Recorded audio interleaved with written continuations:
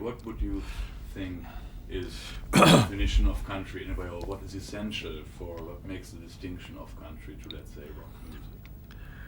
Well, country music keeps evolving and changing, and it must do so to keep the public interested, because the public wants something different all the time. And so you try different sounds and different things, and whatever sells, you tend to go in that direction. I've been blamed a lot for changing the sound of country music, making it too modern and so forth, but you got to remember that country music is a business.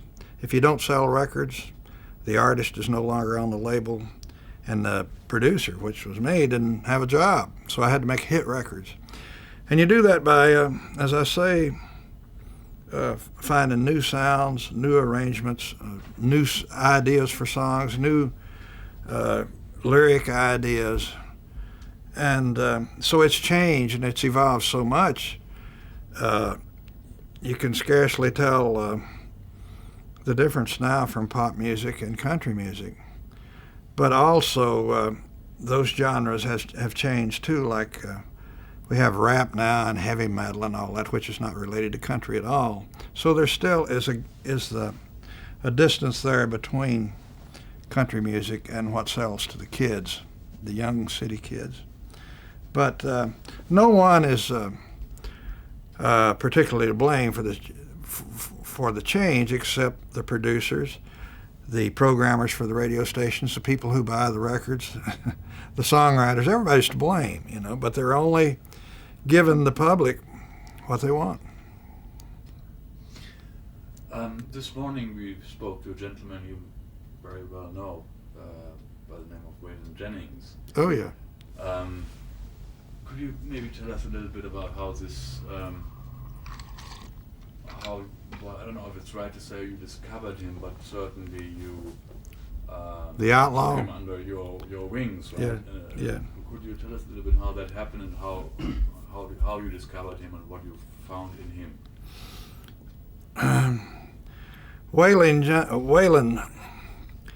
Waylon Jennings, I first heard about. I hadn't heard him sing or anything, but some of my artists, I remember particularly Skeeter Davis, Bobby Bare, and Don Bowman, tell me about this guy in Phoenix named Waylon Jennings. Said, you should sign up these guys, he's great.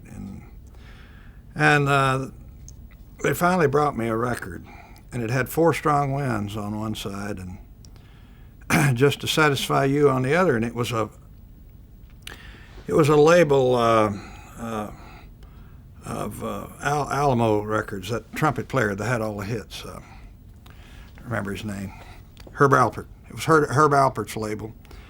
And so I liked his work, and so I called him and I said, would you like to record for RCA Victor? And he said, yeah. And I said, are you affiliated now? And he said, yeah, with Alpert's coming. He said, I can get loose.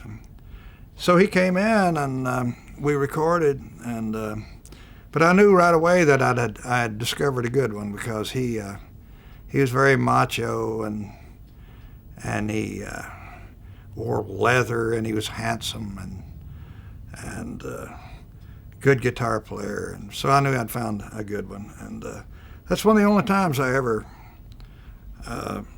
signed anybody before I really knew them well, or knew of their work or their recordings and so on. So that worked out well. We made some good records, and then he got on drugs pretty good, and we parted. And then he and Willie got that outlaw thing going, where they were supposedly fighting the establishment in Nashville, and they both got kind of ugly. They got funky and grungy, Willie especially.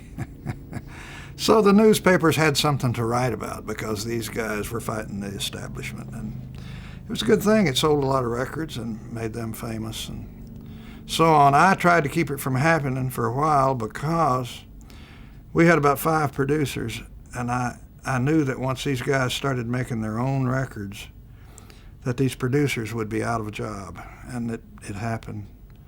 So I tried to slow it down to keep it from happening for a while, and I was wrong. It's better. The way they do it now is better. It's a lot more expensive the way they do it now, but it's a better way to do it and less stress on a few people. I was going to ask you that. I mean, to reinforce this a little bit, this subject. I mean, I think one of the main accusations towards the establishment was, correct me if I'm wrong, that they said the record companies don't care enough about the individual development of an artist, and therefore they can't really, they don't really help, him develop this talent he has. It may have been true that the labels had so many artists they couldn't concentrate on just one. In fact, most of the labels back when I was recording, they would just wait for it. They'd throw them out against the wall, and they'd wait. Some jockey maybe in Chattanooga would say, "Hey, Last Date is getting played. I believe it's a hit." Then we could spread that all over the world. And that has all changed. Now it's all hype.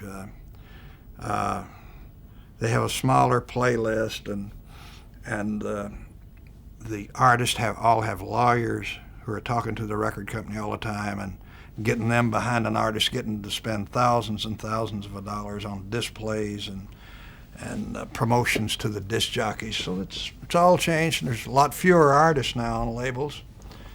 The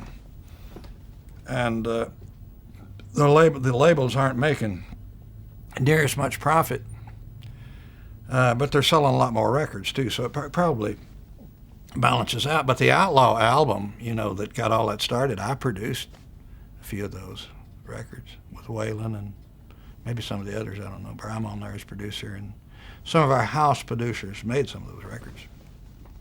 Well, actually, Waylon was very fond of, your collaboration, as you told us this morning. Oh yeah, we get along. When he got off drugs, he loved me. I could always tell when Waylon Jennings was on drugs because he loved me. He was friendly and he'd call me, but when he'd get on drugs, he didn't have any use for me because he knew I knew.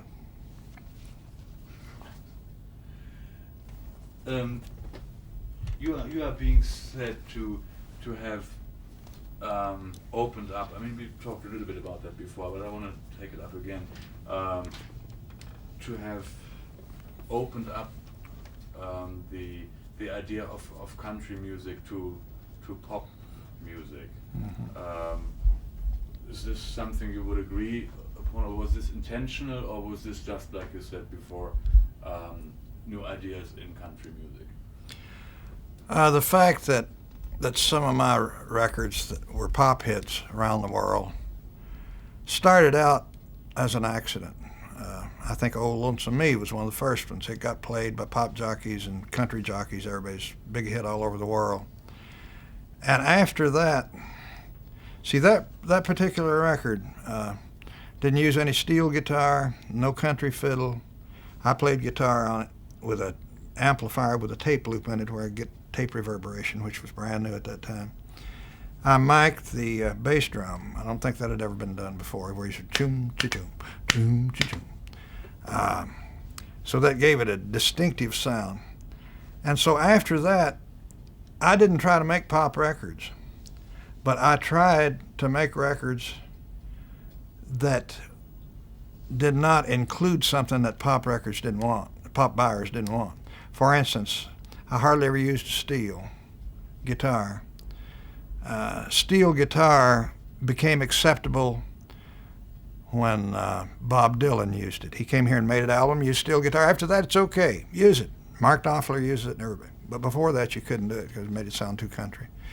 I didn't use country fiddles because that would keep a record from going pop. And then I started recording Jim Reeves, and we had a couple of records, the Browns, that were made in the same manner, and they were big pop hits. And so I didn't try to make, I tried to make great country records, but if they went pop, that was all right. That was good, because it made a lot more royalties for the artist.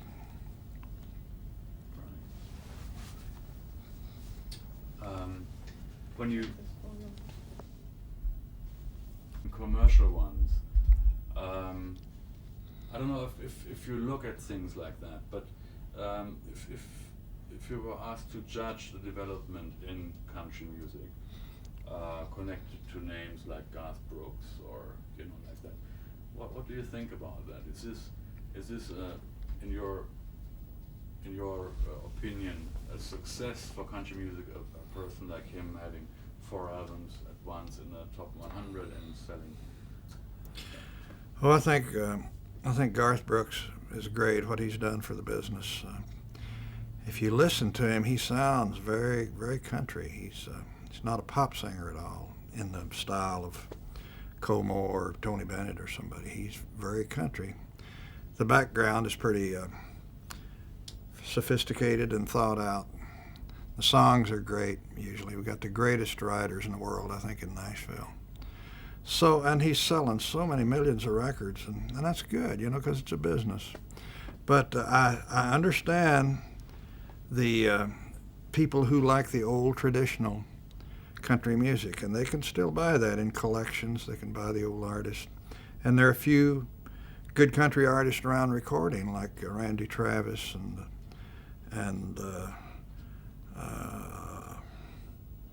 Randy Travis,